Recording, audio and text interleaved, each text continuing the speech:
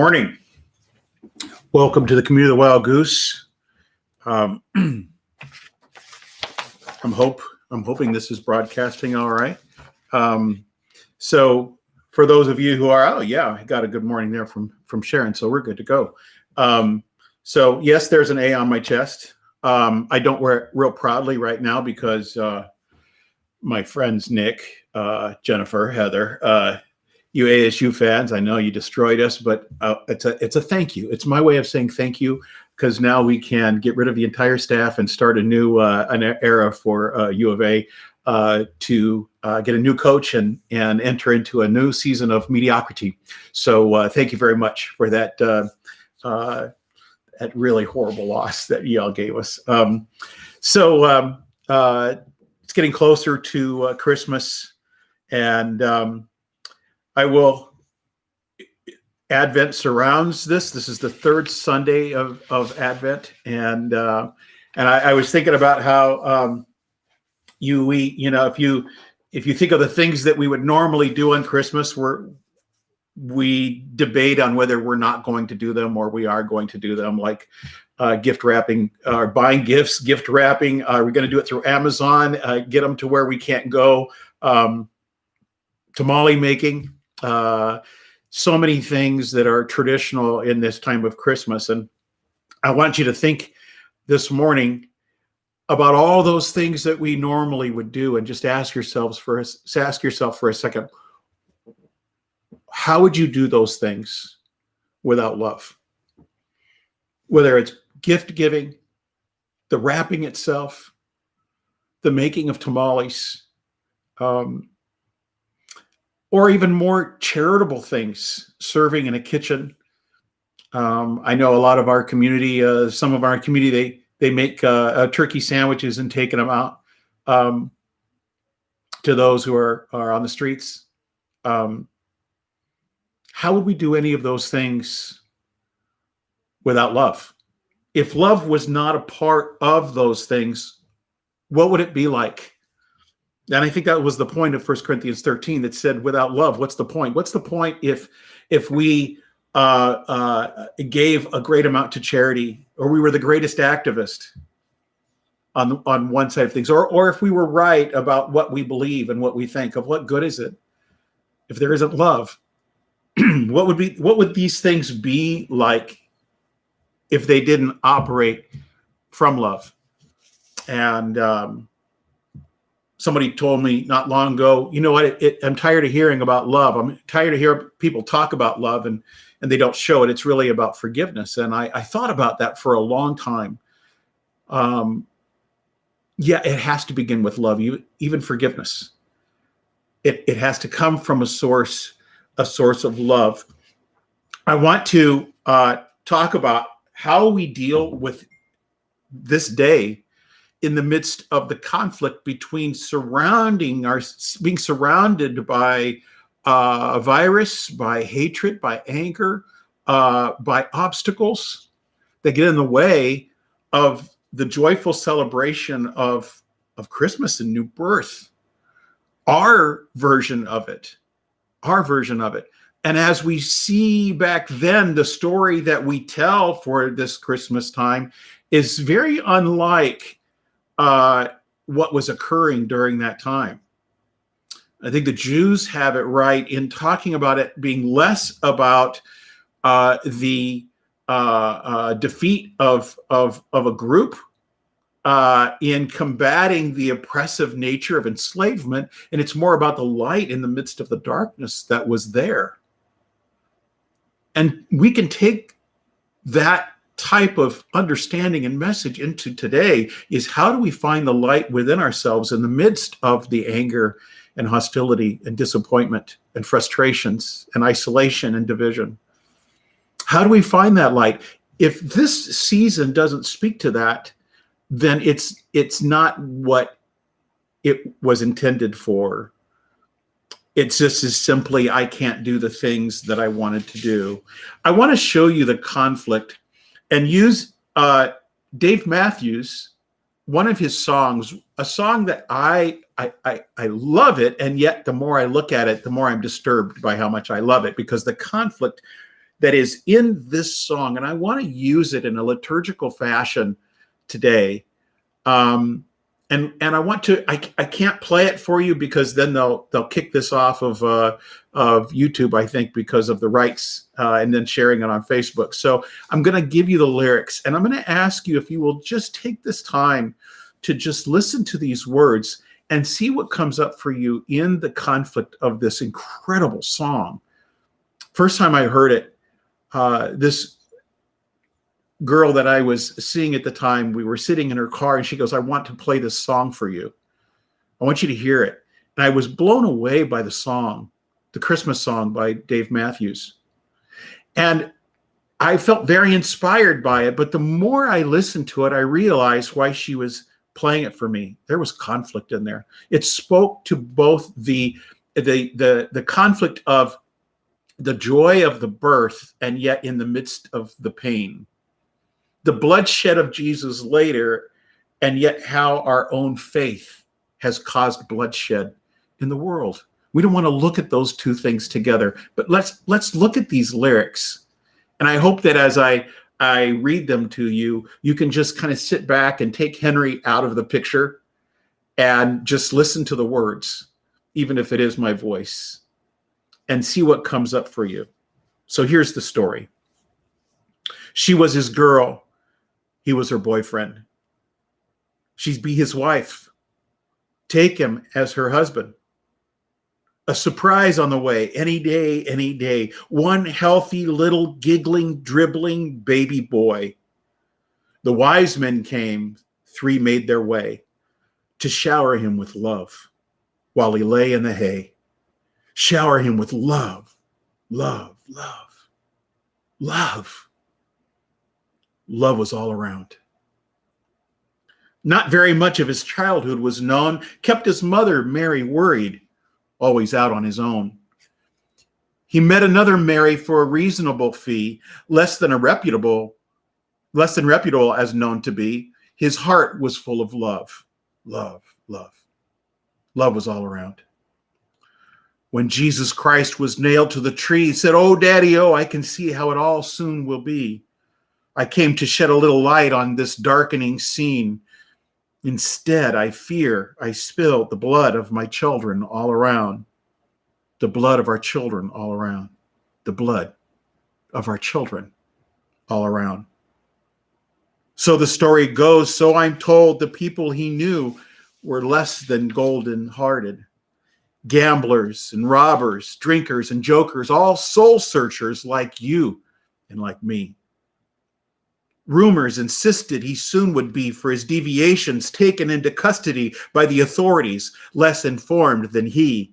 Drinkers and jokers, all soul searchers, searching for love. Love, love. Love is all around. Preparations were made for this celebration day. He said, "Eat this bread and think of it as me. Drink this wine and dream it will be the blood of our children all around." The blood of our children all around. Father, up above, why in all this hate have you filled me up with love? Love, love, love is all around. Father, up above, why in all this anger have you filled me up with love? Fill me with love, love, love. The blood of our children all around. It goes from a beautiful Christmas tune to a haunting realization that in the midst of this love, there is bloodshed, there's difficulty. Always has been. Always has been. In some part of the globe, there are many of these things that are being experienced at one time. Perhaps that's what's happening with the pandemic. It's God's way of saying, you know what, world, I'm going to put you all in a timeout. I want to put you in a timeout so you can see, as the Jews said, the glimmer of light in the darkness, in the midst of the darkness, to pay attention to that darkness. And maybe in that time, we too will see that we are pregnant. Yeah, I got a message today. I'm pregnant, but so are you. Pregnant with love, pregnant with hope. that's yet to be birthed. Mary, mother of Jesus, carrying the child, carrying hope within her, and yet the strife and the hate and the drivenness of the world around her, conflicts on both sides. She was pregnant with love and hope. Perhaps we are pregnant with love and hope as well. Unnurtured, uncared for. We don't even take vitamins for it to make sure it stays alive and well for that moment of birth. We're continually prolonging the arrival of it by joining in the cynicism. The cynicism of there being an invisible life we can hope for that is within us waiting to be birthed. There, and a denial that there are forces around us that cause that hope and love within us to arrive stillborn. We neither embrace completely one side or the other, or we do in our desire to be right, instead of holding space for the conflict of those two things that does it as it does in that song. Listen to Walter Brueggemann's words about this conflict on this third Sunday of Advent. See, Mary was forced in with her birth in the midst of the conflicts around her. Many obstacles to navigate. Don't you have many obstacles to navigate? To navigate through, to bring the hope and the love that you want and desire and you hold? Or do we become violent against that which is within us because we want tangible evidence of that sign of a life that we would want to live and to want to live around? But maybe it's true, like the Jews say, that it is light in the midst of the darkness. This is what Walter Brueggemann says. People like us have careful work to do in Advent to weave our way between two big dangers. On the one hand, there are dangerous people floating around the church who specialize in times and dates and schedules, who know with precision the time of Christ's coming, and who speak confidently of millennia and premillennia and postmillennia. They know too much, and they reduce God's freedom to the timetable of their ideology. On the other hand, there are dangerous people floating around the church who are offended by those people and who in reaction are in love with their comfortable affluence. Imagine that it will not get any better than this, and they imagine that it will not get any better than this, and they expect no gospel arrival at any time ever. People like us live in that awkward place amid those who know too much and those who expect nothing. We occupy a different posture about Advent as we ready for Christmas. We are the ones who know what is coming, but do not know when. Are you pregnant with the life you've never moved into? And what obstacles must you navigate through, sometimes within our own home,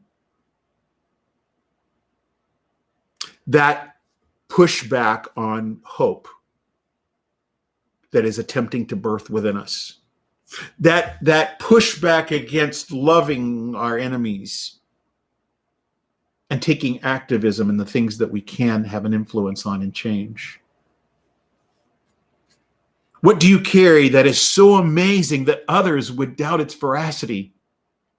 That'll never happen. What do you carry? Perhaps Mary carried that during that time. In a world that says you must hide, you must wander alone. Ask yourself, what ways can I nurture the pregnancy of hope and love that is within me and move it into action? That's what Psalm 119 was about. In this world that is in opposition to hope that is within me and a belief in you, mystery that we call God, it's hard, it's difficult. I would like you to do something about my outer circumstances if you would, please. Nevertheless, I will follow you. Why? because of the fidelity of God's faithfulness to us. The fidelity of God's faithfulness to us. To be pregnant with God's faithfulness is for God to be pregnant with you and me. That just gets really awkward and weird, doesn't it? The idea that, wait a minute, this isn't about me being pregnant with that opportunity for hope and love. It is that I am within the compassion of God's womb and love and nurturing, and I have yet to achieve what it is that I shall be. Though I see through a glass dimly, soon I shall see face to face. But until then, I am safe within the comfort of God's love and compassion. Compassion, in its definition, is the womb. Perhaps even the womb of God that surrounds us. In our frailty, God is strong. In our brokenness, God surrounds us in his wholeness. In the limitations of my eyes and to see through what is happening, God holds us in his perfection. The greatest acts of mankind to achieve the discovery of the vaccine is mere folly. The Proverbs say is mere folly to God. The greatest minds, with all that they can achieve with their knowledge, the greatest achievement is mere folly to God. That's where we fall at the mercy of God's feet. We, on the third Sunday in Advent, are in wait. But for what?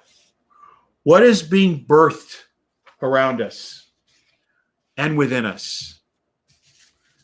Can we see ourselves not as trying to make something happen and birth that which is naturally going to take place if I abide in the womb of God's protection, that I might be birthed?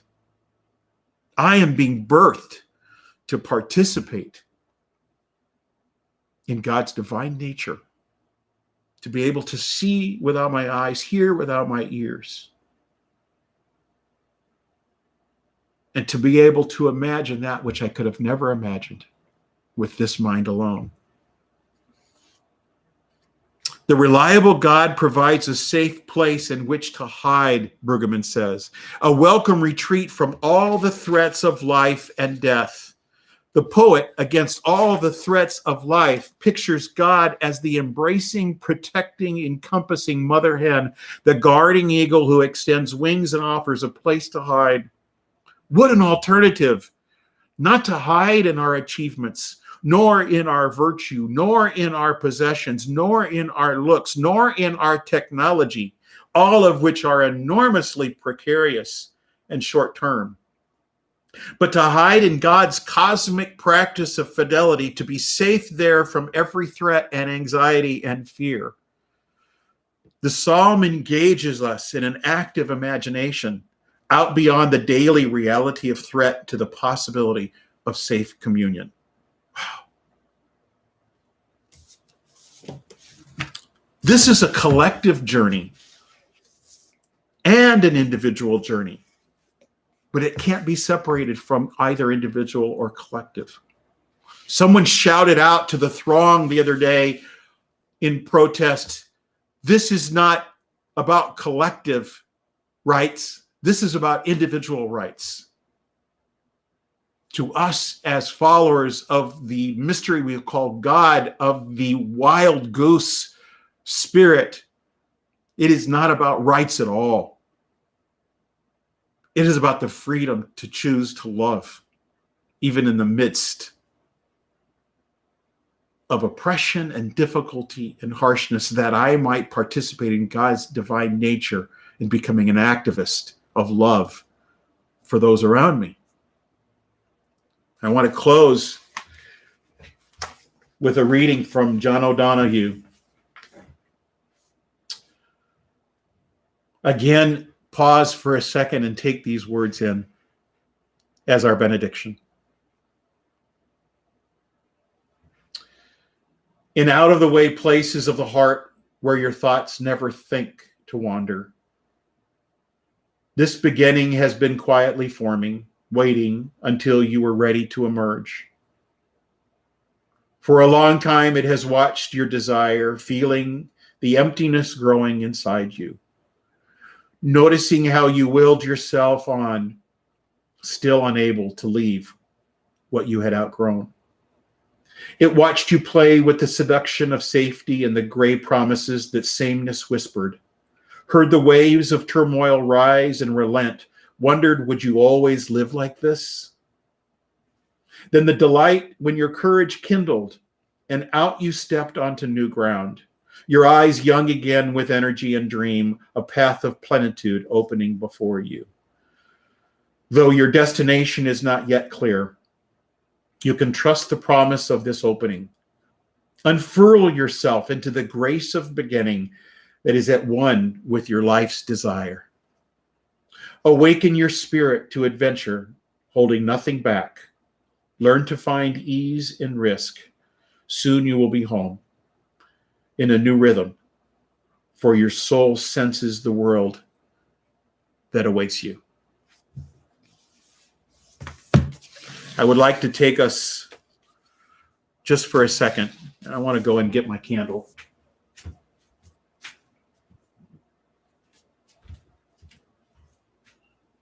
Representing that light within darkness. It's okay to hold both joy and a feeling of despair, to hold hope, to hold those things, though they seem to be in conflict. To be able to believe in the mystery we call God in the same way that we would believe that love is greater than any one individual. That I did not create all of the love and compassion in the world, that it emanates from me, but that I am surrounded and it loves me, it loves you. And we give ourselves to the birthing of ourselves in that love. This light, may it represent those who are suffering that you know and yourself. And as we reach out and touch the warmth of the candle, we touch the suffering of those who suffer as you might. And we see that it is collective. And then as we reach and touch the light and the warmth of it, perhaps we see that it is within the comfort of God's womb that we birth a new way of thinking and moving and having our being. That we aren't just pregnant with new ideas and hopes and dreams and opportunities to love, but we ourselves are being birthed. God pregnant with you and me, as God navigates us through the difficulties of our life. That our hopes do not lie in a vaccination, although that would be cool, but our hopes lie in the creative minds that created that vaccination, made in the image of God. And it takes us to the nature of God that gives us that capacity to birth new ideas and new hope. As you go into this Christmas season, do whatever you do with love, whether it be tamales, whether it be a Zoom breakfast or lunch or dinner, or whether it be charitable giving, because of what point of any of those things, of what value is it if it doesn't have love?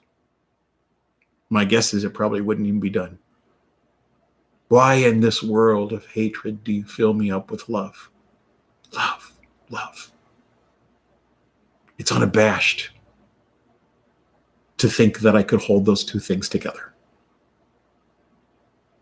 God's peace be with you and with your families. Amen.